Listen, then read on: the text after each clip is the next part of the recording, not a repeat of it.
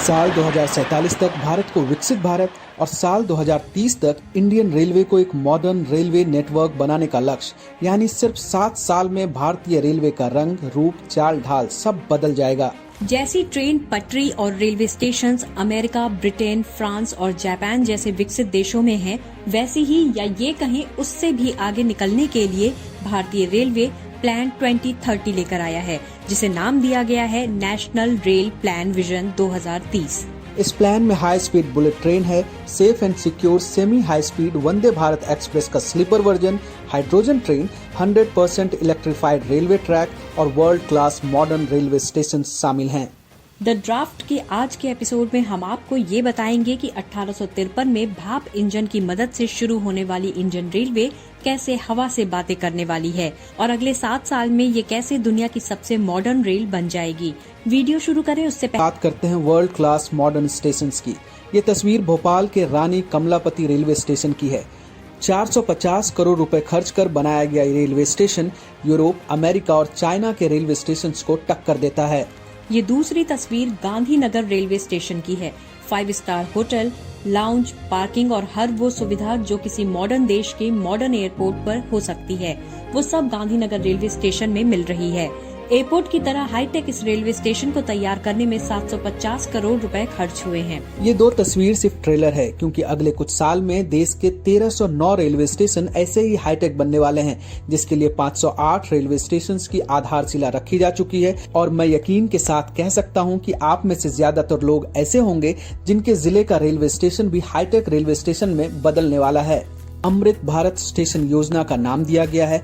First phase में 508 और second phase में बाकी के रेलवे स्टेशन का डेवलपमेंट होगा।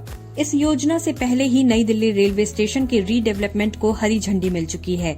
4500 करोड़ रुपए की लागत से बनने वाला नई दिल्ली रेलवे स्टेशन दुनिया के सामने एक मिसाल होगा। 1 करोड़ 50 लाख वर्ग मीटर में बनने वाले इस रेलवे स्टेशन से एक दिन में 5 लाख यात्री आ जा सकेंगे। इसका मॉडल बनकर तैयार है और टेंडर भी हो चुका है, बस काम शुरू होना बाकी है। वर्ल्ड क्लास स्टेशन के बाद अब बात उस इंडियन इनोवेशन की जिसकी चर्चा आजकल सबसे ज्यादा है, वो है वंदे भारत एक्सप्रेस। भारत की पहली semi high speed train Vande Bharat chair car के सुपर सक्सेस के बाद इंडियन रेलवे ने वंदे भारत ट्रेन के स्लीपर वर्जन का मेगा प्लान तैयार किया है। रेल मंत्रालय ने अगले 4 सालों में 400 वंदे भारत ट्रेन चलाने की प्लानिंग की है। अगर ऐसा हो गया तो ये इंडियन रेलवे की रिफॉर्म का सबसे बड़ा टर्निंग पॉइंट होगा। रेलवे के 2,40,000 करोड़ रुपए के बजट में बड़ा हिस्सा इसी में खर्च किया जाना है। इतना ही नहीं, 200 वंदे भारत ट्रेन के लिए टेंडर भी जारी हो चुके हैं, जिसमें से 120 वंदे भारत स्लीपर कैटेगरी की हैं। रूस की एक कंपनी को 35,000 करोड़ का ऑर्डर भी दिया जा चुका है। वंदे भारत स्लीपर की स्पीड मौजूदा 160 किलोमीटर प्रति घंटे की रफ्तार से 220 किलोमीटर प्रति घंटा करने की कोशिश है। कोशिश ये भी है कि मार्च 2024 तक देश को पहली वंदे भारत स्लीपर मिल जाए। वंदे भारत स्लीपर का मतलब ट्रेन में बर्थ की व्यवस्था, जिससे यात्री सोकर सफर कर सकें। अभी तक जितनी वंदे भारत ट्रेनें चल रही हैं, उनमें चेयर कार्स हैं, जहां आप सिर्फ बैठकर सफर कर सकते हैं। लेकिन बर्थ की सुविधा मिलने से लंबे रूट पर इस ट्रेन की पॉपुलैरिटी काफी बढ़ेगी। इसके लिए रूट भी फाइनल किया जा चुका है। पहली वंदे भारत स्लीपर ट्रेन दिल्ली और मुंबई के बीच चलाई जा सकती है। ट्रैक का काम आखिरी चरण में है। अभी दिल्ली से मुंबई के बीच यात्री ट्रेन को कम से कम 16 घंटे लगते हैं, जिसे घटाकर 12 घंटे करने की कोशिश है।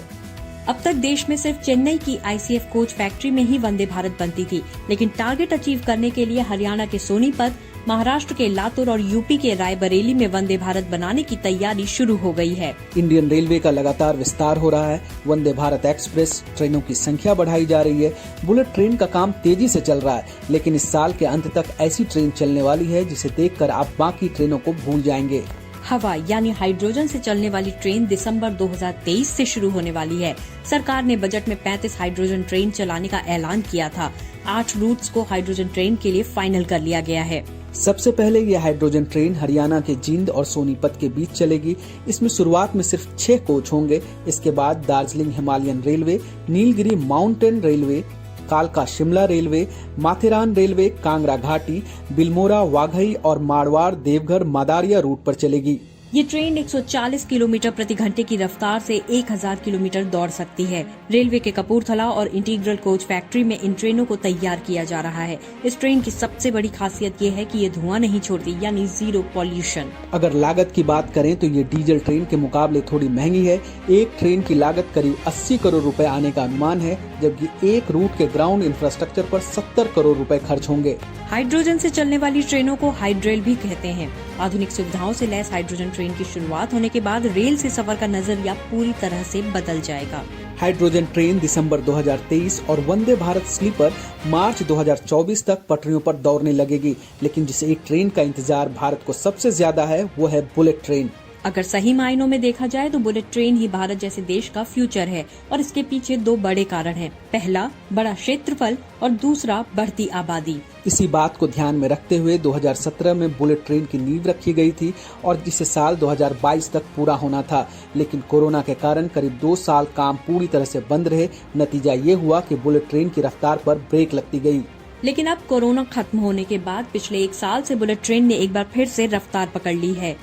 रेलवे का दावा है कि गुजरात में 40% काम और महाराष्ट्र में करीब 15% काम पूरा हो चुका है। भारत के पहले high speed bullet train corridor की लंबाई 508 किलोमीटर है। इसमें 12 स्टेशन बनाए जाने हैं, जिसका शुरुआती बजट 1.08 लाख करोड़ रुपए था। लेकिन देरी के कारण बजट लगातार बढ़ता जा रहा है। इस कॉरिडोर की सबसे बड़ी परेशानी भूमि अधिग्रहण की समस्या थी, जो अब पूरी तरह से खत्म हो चुकी है।